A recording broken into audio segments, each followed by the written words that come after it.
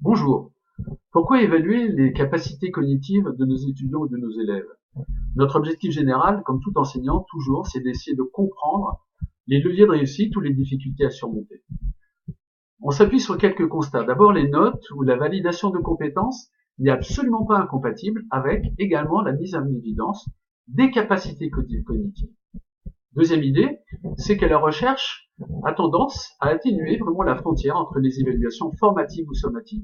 On peut très bien avoir des structures identiques dans les types d'évaluation, et cela peut concerner aussi bien la manière de les noter ou tout simplement de repérer une évaluation des étapes de formation. Mais l'important pour nos étudiants ou élèves, c'est la ritualisation, c'est-à-dire faire comme on fait en classe prépa avec l'école, faire des évaluations très régulières, courtes, ciblées, mais très régulières, une fois par semaine, ou sur la base du volontariat, par exemple, à la maison. Ensuite, il faut arriver à bien décrypter quel est le niveau de difficulté ou de réussite. C'est-à-dire quand on a 60 verbes d'action en termes de compétences à valider, ou alors quand on fait simplement 2 ou 3 évaluations par trimestre ou semestre, c'est vrai que nos repères sont d'autant plus faussés sur nos acquisitions et nos progrès. Et enfin, s'appuyer bien sûr sur les technologies du numérique qui nous permettent à la fois de s'affranchir des types de correction et également d'avoir des tableaux de bord explicites à analyser. Le principe est simple, il suffit de rajouter une couche liée à la taxonomie de Bloom et revisitée par Krathwohl. Qu'est-ce que c'est? C'est simplement 6 niveaux, vous voyez, de compétences cognitives qui sont organisées depuis les compétences de bas niveau jusqu'à des compétences de plus haut niveau. Et vous voyez que pour chacune d'elles, nous avons bien sûr des verbes d'action. Et ces verbes sont facilement peuvent être facilement une synthèse des différents niveaux que l'on attend dans nos évaluations. Le but, en fait, est d'organiser les questionnements des évaluations de manière différente.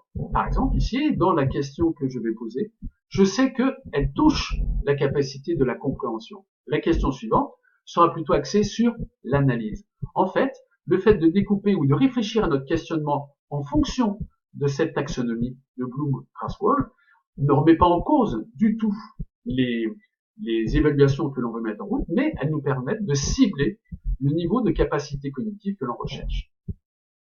Donc, dans l'idée, c'est de déboucher bien sûr sur un tableau de bord, et ce tableau de bord, il est visible, vous voyez, aussi bien dans le domaine, par exemple, de la capacité application, pour les enseignants et pour les élèves.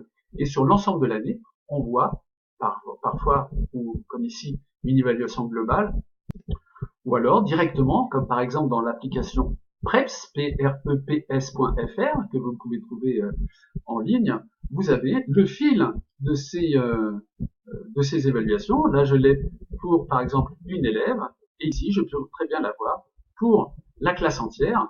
Ça me permet, par exemple, de voir une certaine image de la classe. On voit que c'est une classe qui comprend ce qui se passe, à part quelques petits bugs. On voit que l'ensemble de la classe comprend. En revanche, on voit que la plus grande difficulté au niveau de l'application existe pour certains élèves, et même pour pas mal d'élèves, puisque l'application paraît délicate. En revanche, si je regarde la partie analyse, je m'aperçois qu'elle est peut-être plus ciblée au niveau de chacun des élèves, de quelques élèves.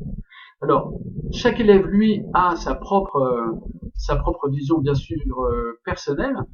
Il a, en termes de tableau de bord, il a forcément à la fois son fil, à la fois son image globale, et du coup, l'intérêt est dans l'interprétation de ces progrès.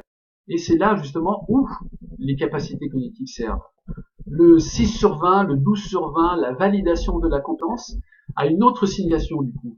C'est que là, si je sais par exemple que j'ai pu valider, en tous les cas, mes compétences cognitives d'application sont correctes, ça veut dire que je peux en revanche, j'ai peut-être d'autres types de difficultés.